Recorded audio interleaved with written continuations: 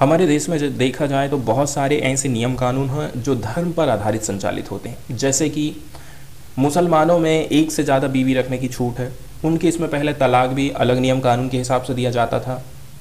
वहीं यदि हम हिंदुओं की बात करें तो हिंदू का हमारा एक अलग से मैरिज एक्ट बना हुआ है, हम उसके हिसाब से कहते हैं कि नहीं हमें एक ही पत्नी रखना है। दूसरी नंबर की बात यह है तलाक से रिलेटेड कानून का उसमें उल्लेख किया गया है। तलाक यदि मिलता है तो उसकी भरपाई भी आपको देना पड़ेगा, महीने का खर्चा बन जाएगा आपका। इसके साथ साथ में उत्तराधिकार से संबंधित कानून आप देख लीजिए। आज से कुछ समय पहले आप देखेंगे, आपने खुद ही सुना होगा कि आपकी जो फुआ लोग हैं उनको ज़मीन का हिस्सा नहीं मिल रहा है। आपके पापा चाचा, ठीक है, इन्हीं के बीच में, बड़े पापा के बीच में ज़मीन का बंटवारा हो रहा है। सुप्रीम कोर्ट ने बाद में जजमेंट दिया था कि नहीं, जो महिलाएं हैं वो भी ज़मीन की हिस्सेदार हैं, उनको भी आपको ज़मीन देना पड़ेगा। तो ये उत्तराधिकारी से संबंधित नियम कानून हो गए। लेकिन ऐसा कहा जाता है कि मुसलमानों में जो उत्तराधिकार से संबंधित कानून है उसमें महिलाओं को पूरा अधिकार नहीं होता है। तो इस प्रकार से हमारे देश में जो अलग अलग नियम कानून चल रहे हैं, इन सब को एक करना है। सबके लिए एक कानून होना चाहिए। तलाक के लिए सबका कानून एक होना चाहिए। उत्तराधिकार से संबंधित सभी धर्मों के कानून एक होने चाहिए। तो इस प्रकार के नियम कानून लाने की बात सरकार कर रही है। और ऐसा नहीं है कि सुप्रीम कोर्ट ने कभी इस बारे में जिक्र नहीं किया, सुप्रीम कोर्ट खुद इस बात का जिक्र किया था। और आप ये भी नहीं कह सकते हैं कि इतिहास में कभी इस मुद्दे को नहीं उठाया गया हो। हमारे जो B.R. अम्बेडकर साहब हैं, उन्होंने भी इस मुद्दे को उठाया था, लेकिन बाद में उनकी काफ़ी ज़्यादा आलोचना होने लग गई थी। ठीक है, लोग उनके भी पीछे पड़ गए थे। Prime minister Narendra Modi uniform civil law code को लेकर के बहुत एकदम ज़ोर शोर से अभी लगे हुए हैं। जगह जगह पर जाते हैं और कहते हैं कि हम UCC लेकर के आने वाले हैं, और विपक्ष जनता को भड़का रहा है, मुसलमान लोगों को भड़का रहा है। लेकिन यहाँ पर देखा जाए तो यहाँ पर नाखुश केवल मुसलमान लोग अकेले नहीं हैं, और भी धर्मों के लोग भी हो सकते हैं। यहाँ पर आदिवासी भी लोग हैं जो कि इसका विरोध कर रहे हैं। तो कभी कभी तो ये भी सुना ही आया है कि सरकार आदिवासी लोगों को, उनकी कल्चरल को सेव करने के लिए उनको यहाँ से इस कानून के दायरे से बाहर रखेगी। सुप्रीम कोर्ट ने 3 तलाक को अवैध करार दिया था सन 2017 में। आपको अभी तक जितनी भी कुछ गलत चीज़ें देखने को मिल रही हैं, तो हम ये बोल सकते हैं कि ब्रिटिश सरकार ने इसके लिए कुछ भी नहीं किया था। एक अच्छा कदम जरूर किया था कि ब्रिटिश सरकार ने सती प्रथा को ख़त्म कर दिया था। सती प्रथा को ख़त्म करने का श्रेय जाता है किसको? ब्रिटेन की सरकार को, ब्रिटिश सरकार को, अंग्रेज़ों को जाता है। तो ब्रिटिश सरकार की विरासत के रूप में हमें क्या क्या चीज़ मिला है? विवाह अलग अलग तरीके से होते हैं, तलाक के अलग अलग नियम कानून हैं, संपत्ति के उत्तराधिकार संबंधित कानून अलग हैं, विरासत संबंधित, गोद लेने, गुजारा भत्ता, रख रखाव को कवर करने वाले व्यक्तिगत कानून ब्रिटिश राज की एक खतरनाक विरासत है या फिर देन है। अब हम बात करते हैं कि संविधान के जो निर्माता हैं अम्बेडकर, इन्होंने भी UCC बनाने की सिफारिश करी थी। तो हम इन कठिनाइयों को, इन बाधाओं को, इन दिक्कतों को जितने जल्दी से जल्दी भारत से दूर कर दें उतना ही अच्छा रहेगा। कानून मंत्री के रूप में, ठीक है, कौन थे? अम्बेडकर थे। प्रधानमंत्री जवाहरलाल नेहरू द्वारा समर्थित B.R. अम्बेडकर ने UCC बनाने की सिफारिश करी थी। लेकिन कहा था कि देखिए UCC होना चाहिए, लेकिन ये स्वैच्छिक होना चाहिए, इच्छा के रूप में, जनता क्या चाहती है उस पर होना चाहिए।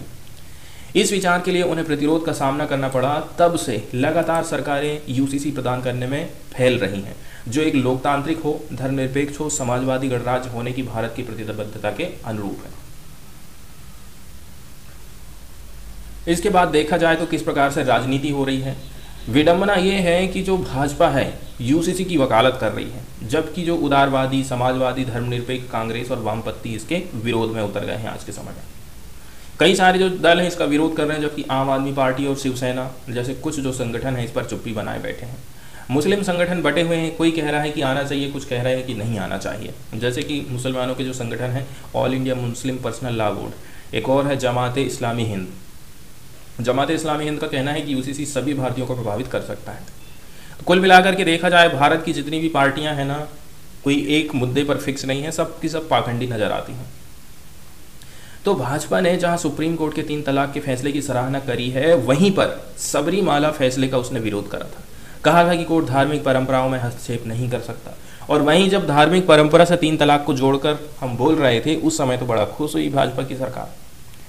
फिर कांग्रेस की बात कर लो, मुस्लिम महिला विवाह अधिकार संरक्षण अधिनियम, इसकी कोई ज़रूरत नहीं है, कांग्रेस कह रही थी, जो 3 तलाक को अपराध मानता है, क्योंकि अदालत ने पहले ही इस प्रथा को अमान्य घोषित कर दिया है, जबकि 1986 में प्रधानमंत्री राजीव गांधी ने इसे अधिनियमित किया था, इस कानून को वो लेकर के आए थे। फिर आर्टिकल 44 की हम बात करते हैं, जहां पर यूसीसी का उल्लेख किया गया है। सुप्रीम कोर्ट ने क्लियर कर दिया है कि संविधान के आर्टिकल 44 में, अनुच्छेद 44 में यूनिफॉर्म सिविल कोड का उल्लेख किया गया है, और इसको लागू करने के लिए इससे रिलेटेड नियम बनाना संसद का काम है ना। और कहा था 2015 में भी सरकार को कि आप इस पर कुछ कानून बनाइए। अब जब बात करें कि क्या संसद में कभी इससे रिलेटेड मुद्दे को उठाया गया है, क्या कुछ सजेशन पेश किए गए हैं कि नहीं पेश किए गए हैं, तो इतिहास में ऐसा हुआ है कि संसद में बहुत सारे सुझाव पर आए थे, लेकिन भाजपा और आरएसएस के बीच में मतभेद होने के चलते ये चीज़ नहीं हो पाई। कुछ पुरानी और भी रीति रिवाज थी हिंदू धर्म में, जैसे कि सती प्रथा, बाल विवाह। एक समय भारत में सती प्रथा और बाल विवाह का प्रचलन हुआ करता था। राजा राम मोहन राय जैसे सुधारकों के प्रयास के कारण सती प्रथा को हम समाप्त कर पाए। दहेज और बाल विवाह के मामले अभी भी हैं, हालांकि इन प्रथाओं को कोई कानूनी मंजूरी नहीं मिली है। इसके अलावा हिंदुओं में आज भी हमको समान रीति रिवाज और प्रथाएं देखने को नहीं मिलती हैं।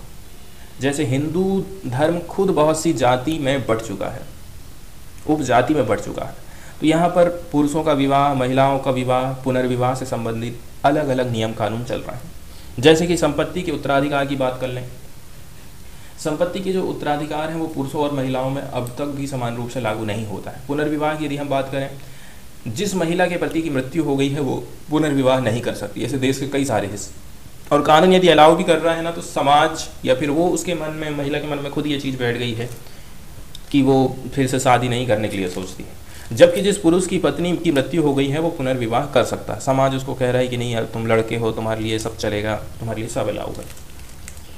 कुछ समुदायों में वो अपनी दिवंगत पत्नी की अविवाहित बहन से शादी कर सकता है, लेकिन हर जगह ऐसा नहीं होता है। कुछ भाजपा शासित राज्यों में क्या बोलते हैं, लव जिहाद जैसे कानून लेकर के आ गए हैं, ठीक है, कि यदि धर्म यदि आप चेंज करेंगे तो हम जो है उसके लिए सजा का प्रावधान किए हैं। कुल मिलाकर के देखा जाए, कई सारी प्रथाएं ऐसी चल रही हैं जिनका खामियाजा महिलाओं को भुगतना पड़ रहा है। जैसा मामला हिंदुओं में है, ठीक उसी प्रकार का मामला मुसलमान और उनके उप संप्रदायों और अन्य जो अल्पसंख्यक धर्म है जिनकी संख्या कम है, वहाँ पर भी ऐसा ही है। अब एक एग्जाम्पल यहाँ पर बताया जाता है कि एक मामला था जो कि महिला से जुड़ा था, जिसके साथ उसके ससुर ने रेप किया। 2014 में सुप्रीम कोर्ट के आदेश में यह घोषणा की गई कि मुस्लिम शरीयत अदालतों को ये कोई कानूनी हक नहीं है कि वो इस प्रकार के फतवा जारी करें। इन्होंने क्या काम किए थे, धार्मिक स्वतंत्रता की संवैधानिक गारंटी के अंतर्गत फतवा जारी कर दिया था। अपने धर्म को पालन करने के, अपने अधिकार का बचाव करने की इन्होंने कोशिश करी थी। तो मुस्लिम लोगों की जो कमेटी थी या तो फिर संगठन था या ग्रुप था, उसने क्या बोला कि एक तो अब इसका पति इसको एक्सेप्ट नहीं करेगा, दूसरे नंबर की बात यह है जिस व्यक्ति ने इसके साथ में रेप किया है उसको हम सज़ा ऐसे दे रहे हैं कि ज़िंदगी भर इसका पालन पोषण करेगा, भरण पोषण करेगा। मतलब उसको कह दिया कि अब तू इससे शादी कर ले। तो यहाँ जो चीज़ सामने आई है ये ना केवल हमें मुस्लिमों में भी दिखाई दी है, इस प्रकार के एग्जाम्पल तो कई सारी कोर्टों ने भी दिए हैं। जिस व्यक्ति ने बलात्कार किया उसी को बोल देते हैं कि तू इसी शादी कर ले, तो ये कोई सज़ा नहीं हुई है, क्योंकि वो व्यक्ति उसको ठीक से रख रहा है कि नहीं रख रहा है, कितने दिनों तक साथ में रखेगा, कि कभी छोड़ देगा, कि प्रताड़ित करेगा, ये इस चीज़ की कोई भी गारंटी नहीं है।